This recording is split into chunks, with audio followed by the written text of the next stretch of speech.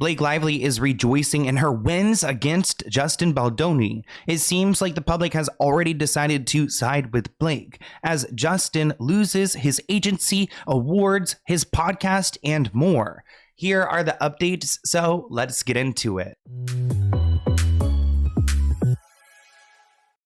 Now, it is a busy Christmas this year because all of this has been happening over the holiday season, and Amber Heard is now chiming in about the Blake Lively allegations against Justin Baldoni. When you really look at it, there's been a complete switch up. So many celebrities are coming out of the woodworks to come and support Blake and to tear down Justin. Now, to be honest, I want to see all the evidence laid out before I go and have a hard take about this, but Amber Heard, and you guys know Amber Heard had a big scandal with Johnny Depp, gave a statement to NBC News. Now, I don't know exactly what prompted her to go and give this statement to the news. I don't know if people were asking her about it.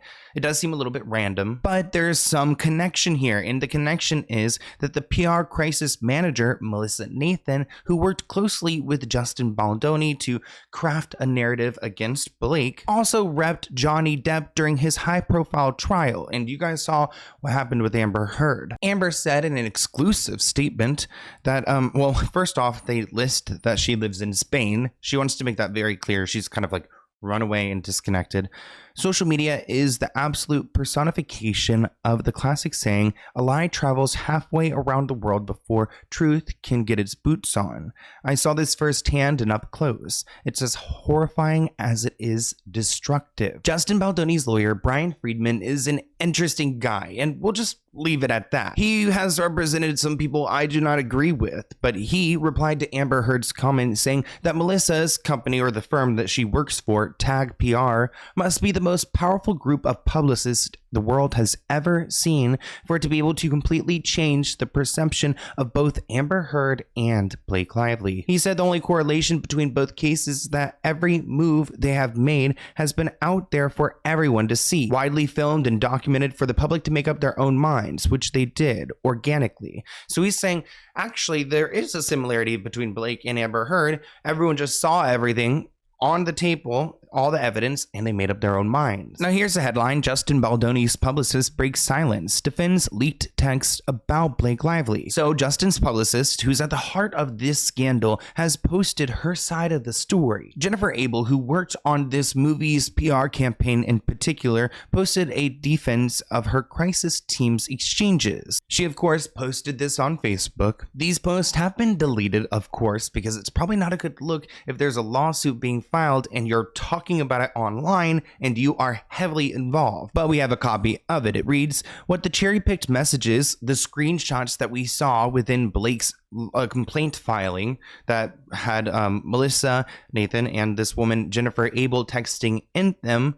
This is what she's reacting to. Sorry to give you guys the context, but she said there was no smear implemented, no negative press was ever facilitated, no social combat plan. Although we were prepared for it, as it's our job to be ready for any scenario, we did not have to implement anything because the internet was doing the work for us. Sure, we talked about it, contemplated if we needed to do certain things, flag accounts that we needed to monitor, worked with the social media team to help us stay on top of the narrative so we can act quickly if we needed. But they claim, yeah, we talked about it, but we actually didn't do anything. This was Blake's own doing. She continued, as the texts show, we were sophomorically reveled and again joked privately to each other about the internet's feedback to the woman whose team was making our lives incredibly difficult over the course of the campaign.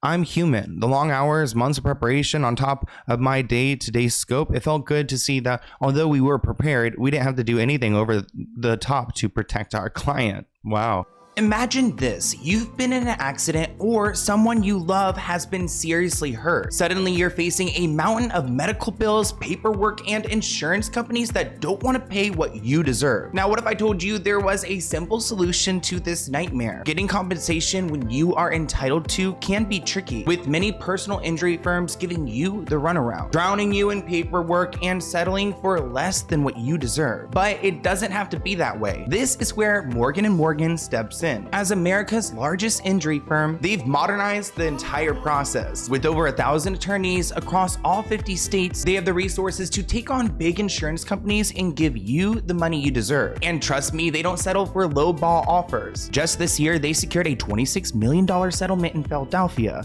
40 times more than the highest insurance offer. And there are plenty more stories like that. You could just fill out a simple form in minutes. No appointments, no complicated paperwork. Everything is done from your phone. Plus, it's totally free unless you win. Morgan & Morgan makes the process easy and stress-free. You can head over to forthepeople.com/Sloan. You can also find that link in the description below to get started. Remember, the process is free unless you win. Thank you, Morgan & Morgan, for sponsoring this video, and enjoy. Now, she claims she did not give up these messages, but she claims that a former firm, Jones Work, where she used to work, had a boss who oversaw and had access to her emails and work phone. So she's assuming that's the person who ultimately gave these messages to Blake's team to use against them. Now, Blake's team is putting out a statement saying that the texts were obtained legally with a subpoena that was served to Jones Work LLC.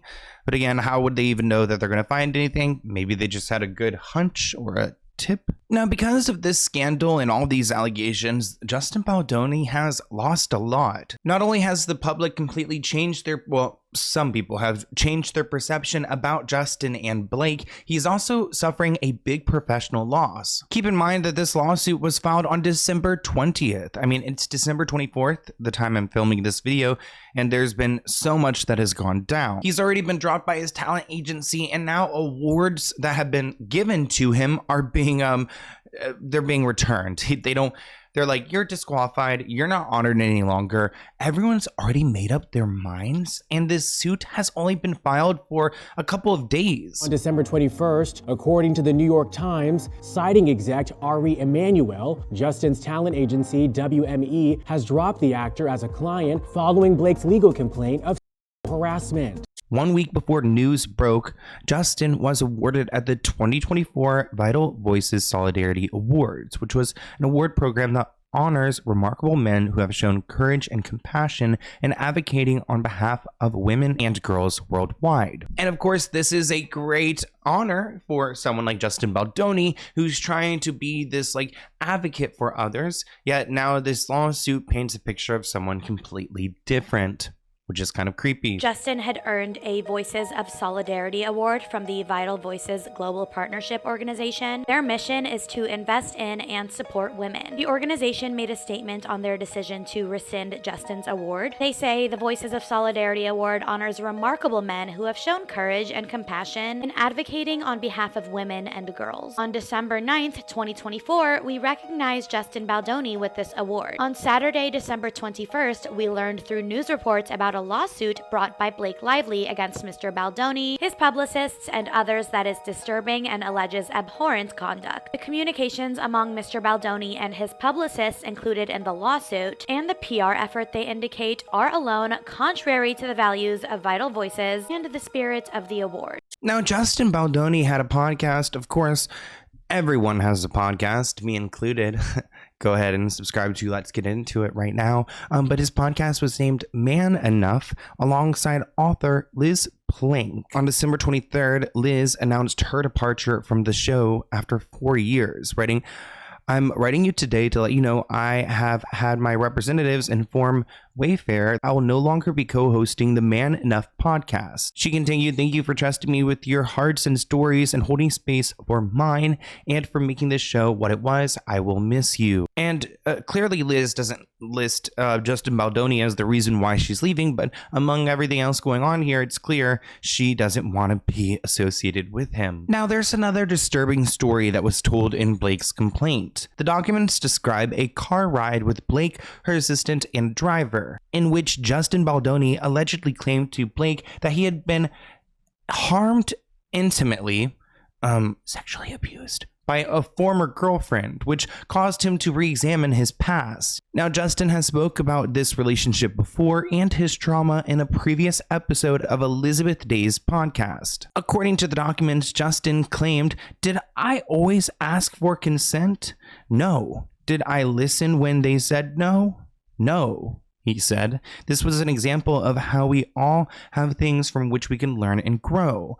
Blake claimed that when Justin exited the car, her driver immediately remarked that he did not want Blake to be alone with Justin Baldoni going forward. And that's rich coming from the driver. He's like, hey, yeah, I can detect. I always trust the driver, you know, because they're just here. They're like not bodyguards. They're here listening and really getting to know someone's character. It doesn't matter if he like lunges at her. He's like, wait, after hearing this guy speak, I feel protective over you. You don't need to be alone with him. Now, of course, a lot of people are supporting Blake right now. The author of the story, It Ends With Us, wrote on Instagram, never change, never will. Adding Blake's ability to refuse to sit down and be buried has been nothing short of inspiring. Blake's co-stars in the Sisterhood of the Traveling Pants have also voiced their support, saying, we stand with her in solidarity as she fights back against the reported campaign waged to destroy her reputation. Amy Schumer posted, I believe Blake on Instagram, while Gwyneth Paltrow posted a queen emoji alongside a mention of Blake's hair products. So the celebrities are out here voicing their support. I want to hear what you guys think in the comments below. Is this another campaign? Like, I actually do believe there was this campaign to ruin Blake because we all saw it. But now is this like a counter campaign to go and like fight back with Justin? And then will he do another counter campaign? Is this like how it works? Leave your thoughts in the comments below. But I hope you guys enjoyed this video. I hope you're having a nice holiday season and you are relaxing and having a break. I'm sending so much love to all of you guys, and I'll see you in a new one soon. Bye, guys.